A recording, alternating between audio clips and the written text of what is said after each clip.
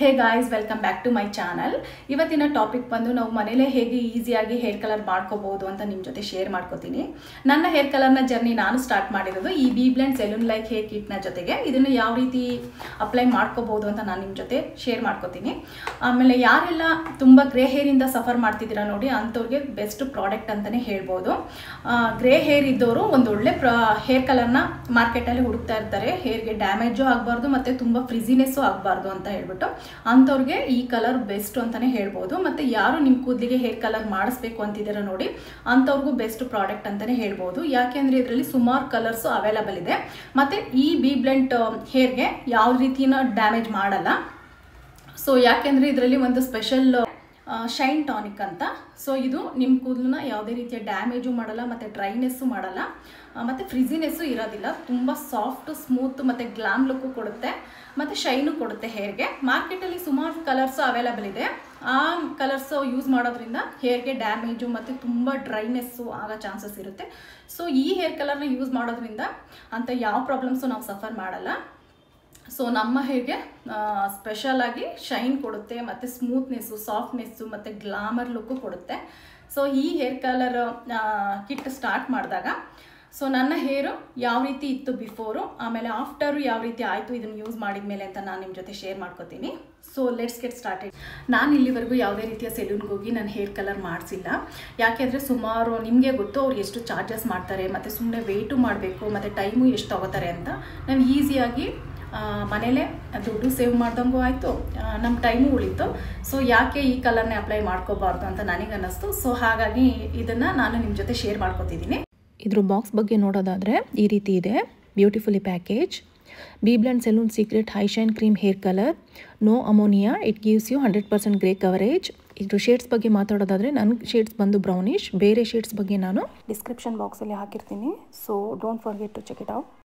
ಇದ್ರ ಕಂಟೆಂಟ್ ಬಗ್ಗೆ ಹೇಳೋದಾದರೆ ಡೆವಲಪರು ಕಲರೆಂಟು ಮತ್ತು ಬೇರೆ ಬಾಕ್ಸಲ್ಲಿ ಇರೋ ಥರನೇ ಡೆವಲಪರಲ್ಲಿ ಕಲರೆಂಟು ಇರುತ್ತೆ. So special feature high shine tonic ಒಂದಿರುತ್ತೆ ಮತ್ತು ಮ್ಯಾನ್ಯುಯಲ್. ಇದು ಎಲ್ಲ ಭಾಷೆಯಲ್ಲಿ ಯಾವ ರೀತಿ ಉಪಯೋಗಿಸ್ಬೇಕು ಅನ್ನೋದು ಒಂದು ಮ್ಯಾನ್ಯುಯಲ್ ಇರುತ್ತೆ. ಸೊ ಇದನ್ನು ಹೇಗೆ ಮಿಕ್ಸ್ ಮಾಡೋದು ಅಂತ ನಾನು ತೋರಿಸ್ತೀನಿ. ಫಸ್ಟ್ ಒಂದು ಪ್ಲಾಸ್ಟಿಕ್ ಬೌಲ್ ತೊಗೊಂಡು ಅದಕ್ಕೆ ನಾನು ಕಲರೆಂಟ್ ಹಾಕೋತಿದ್ದೀನಿ. ನಿಮ್ಮ ಕ್ವಾಂಟಿಟಿ ನಿಮ್ಮ ಹೇರಿಗೆ ಎಷ್ಟು ಬೇಕಾಗುತ್ತೆ ಅಷ್ಟು ನಿಮಗೆ ಗೊತ್ತಿರುತ್ತೆ, ಅದ್ರ ಪ್ರಕಾರ ಕ್ವಾಂಟಿಟಿ ನೋಡ್ಕೊಂಡು ಹಾಕೊಳ್ಳಿ. ನೆಕ್ಸ್ಟ್ ಬಂದು ಡೆವಲಪರ್ ಮಿಕ್ಸ್ ಮಾಡ್ಕೋತಿದ್ದೀನಿ. ಫೈನಲಿ ಹೈ ಶೈನ್ ಟಾನಿಕ್ನ ಆ್ಯಡ್ ಮಾಡ್ಕೋತಿದ್ದೀನಿ.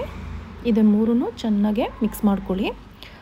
ಚೆನ್ನಾಗಿ ಮಿಕ್ಸ್ ಆದಮೇಲೆ ಫೈನಲಿ ಈ ಲಾಸ್ಟಲ್ಲಿ ಈ ಥರ ಬ್ರೌನಿಷ್ ಕಲರ್ ಬರುತ್ತೆ. ಕಲರ್ ಅಪ್ಲೈ ಮಾಡ್ಕೊಳ್ಳೋಕ್ಕಿಂತ ಮೊದಲು ಒಂದು ಓಲ್ಡು ಟೀ ಶರ್ಟ್ನ ಹಾಕೋಬೇಕು. ಯಾಕೆಂದರೆ ಟೀ ಶರ್ಟ್ ಗಲೀಜಾದರೆ ಮತ್ತೆ ಆ ಕಲೆ ಹೋಗಲ್ಲ. ಸೊ ಹಾಗಾಗಿ ಈ ರೀತಿ ನೀಟಾಗೆ ಪಾರ್ಟಿಷನ್ ಮಾಡಿಕೊಂಡು ಅಪ್ಲೈ ಮಾಡ್ಕೋಬೇಕು. ಗ್ರೇ ಹೇರ್ ಇರೋರು ರೂಟಿಂದನೇ ಟಚಪ್ ಮಾಡ್ಕೋಬೋದು. ಸೊ ಗ್ರೇ ಹೇರ್ ಇಲ್ಲ ಅನ್ನೋರು ಓನ್ಲಿ ಹೇರಿಗಾದ್ರೂ ಅಪ್ಲೈ ಮಾಡ್ಕೋಬೋದು. ನನಗೆ ಫ್ರಂಟಲ್ಲಿ ಮಾತ್ರ ಗ್ರೇ ಹೇರ್ ಇರೋದ್ರಿಂದ ನಾನು ಯಾರ ಸಹಾಯನೂ ತೊಗೋತಾ ಇಲ್ಲ, ನಾನೇ ಅಪ್ಲೈ ಮಾಡ್ಕೋತಿದ್ದೀನಿ.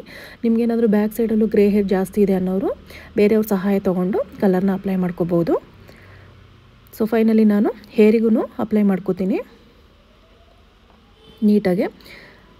ಸೊ ಹೇರ್ಗೂ ಕಲರ್ ಬೇಕು ಅಂತ, ಸೊ ಏರಿ ಕಲರ್ ಬೇಡ, ಬರೀ ಗ್ರೇ ಹೇರ್ ಮಾತ್ರ ಕವರ್ ಆಗಬೇಕು ಅನ್ನೋರು ಬರೀ ರೂಟ್ಸಿಗೆ ಮಾತ್ರ ಟಚಪ್ ಮಾಡಿಕೊಂಡ್ರೆ ಸಾಕು. ಆಮೇಲೆ ಇನ್ನೊಂದು ಹೇಳೋದು ಮರ್ತಿದ್ದೆ, ಈ ಪ್ರಾಡಕ್ಟ್ ಯೂಸ್ ಮಾಡೋಕ್ಕಿಂತ ಮೊದಲು ನೀವು ಪ್ಯಾಚ್ ಟೆಸ್ಟ್ ಮಾಡಿ ನಂತರ ಈ ಪ್ರಾಡಕ್ಟ್ನ ಯೂಸ್ ಮಾಡಿ. ಯಾಕೆಂದರೆ ಕೆಲವರಿಗೆ ಅಲರ್ಜಿ ಮತ್ತು ರೆಡ್ನೆಸ್ ಆಗೋ ಚಾನ್ಸಸ್ ಇರುತ್ತೆ. ಸೊ ಹಾಗಾಗಿ ಪ್ಯಾಚ್ ಟೆಸ್ಟ್ ಮಾಡಿ ಆಮೇಲೆ ಈ ಪ್ರಾಡಕ್ಟ್ನ ಯೂಸ್ ಮಾಡಿ. ಆಮೇಲೆ ಒಂದು ಟಿಪ್ಸ್ ಹೇಳೋಕ್ಕೆ ಇಷ್ಟಪಡ್ತೀನಿ.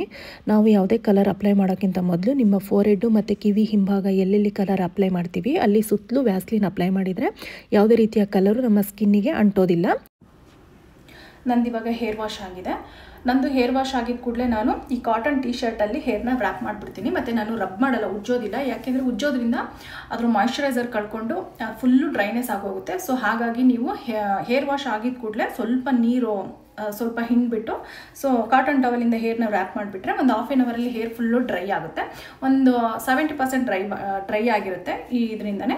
ಸೊ ನೀವು ಹೇರ್ ಡ್ರೈಯರ್ ಯೂಸ್ ಮಾಡೋ ಅವಶ್ಯಕತೆ ಇರೋದಿಲ್ಲ. ಸೊ ಇದೊಂದು ಟಿಪ್ಸು ನೆನಪಲ್ಲಿ ಇಟ್ಕೊಳ್ಳಿ. ಆಮೇಲೆ ಇನ್ನೊಂದು, ನೀವು ರೆಗ್ಯುಲರಾಗಿ ಯಾವುದೇ ಶಾಂಪು ಕಂಡೀಷ್ನರ್ ಯೂಸ್ ಮಾಡ್ತೀರಾ ಅದನ್ನೇ ಬಳಸಿ ನೀವು ಹೇರ್ನ ವಾಶ್ ಮಾಡ್ಕೊಳ್ಳಿ. ಸ್ಕಿನ್ ಯೂಸ್ ಮಾಡಿರೋದ್ರಿಂದ ನೋಡಿ ಸ್ಕಿನ್ನಿಗೆ ಯಾವುದೇ ರೀತಿಯ ಕಲರು ಅಂಟ್ಕೊಂಡಿಲ್ಲ, ಎಷ್ಟು ನೀಟಾಗಿದೆ ಅಂತ. ಸೊ ನೀವು ಈ ಟಿಪ್ಸ್ನು ಫಾಲೋ ಮಾಡ್ಬೋದು. ನೋಡಿ ಫೈನಲಿ ಹೇರ್ ವಾಶ್ ಆದಮೇಲೆ ಈ ರೀತಿಯಾಗಿ ಕಾಣಿಸುತ್ತೆ. No dryness, no frizziness, only shine and colour ನೋಡಿ ಯಾವ ರೀತಿ ಬ್ರೌನಿಷ್ ಕಲರ್ ಬಂದಿದೆ ಅಂತ. ಸೊ ನಾನು ಈ ವಿಡಿಯೋ ಶೂಟ್ ಮಾಡಬೇಕಾದ್ರೆ ಅಷ್ಟು ಬಿಸಿಲು ಇರಲಿಲ್ಲ. ಸೊ ಬಿಸಿಲಿಗೆ ಹೋದರೆ ಇನ್ನೂ ತುಂಬ ಶೈನ್ ಮತ್ತು ಕಲರ್ ಕಾಣಿಸುತ್ತೆ. ಸೊ ನಾನು ಇರೋ ಲೈಟಿಂಗ್ಸಲ್ಲೇ ತೋರಿಸ್ತಿದ್ದೀನಿ. ನೋಡಿದ್ರಲ್ಲ ನಮ್ಮ ಗ್ರೇ ಹೇರ್ ಎಲ್ಲ ಯಾವ ರೀತಿ ಕವರ್ ಆಯಿತು ಅಂತ. ಇದು ಅಮೋನಿಯಾ ಫ್ರೀ ಆಗಿರೋದ್ರಿಂದ ನಮ್ಮ ಹೇರ್ಗೆ ಯಾವುದೇ ರೀತಿಯ ಡ್ಯಾಮೇಜ್ ಮಾಡೋದಿಲ್ಲ. ಸೊ ಇದ್ರ ಲಿಂಕ್ ಬೇಕಿದ್ರೆ ನಾನು ಡಿಸ್ಕ್ರಿಪ್ಷನ್ ಬಾಕ್ಸಲ್ಲಿ ಹಾಕಿರ್ತೀನಿ, ಚೆಕ್ ಮಾಡ್ಕೊಳ್ಳಿ. ಇದು ಮಾರ್ಕೆಟಲ್ಲಿ ಈಸಿಯಾಗಿ ಅವೈಲಬಲ್ ಇದೆ ಮತ್ತು ಆನ್ಲೈನ್ ಶಾಪಿಂಗು ಮಾಡ್ಬೋದು. ಸೊ ನಾನು ಈ ವಿಡಿಯೋ ನೋಡಿ ನಿಮ್ಗೆ ಇಷ್ಟ ಆಗಿದ್ರೆ ಪ್ಲೀಸ್ ಲೈಕ್ ಮಾಡಿ, ಸಬ್ಸ್ಕ್ರೈಬ್ ಮಾಡಿ, ಶೇರ್ ಮಾಡಿ ಅಂತ ಹೇಳ್ತಾ ಥ್ಯಾಂಕ್ ಯು.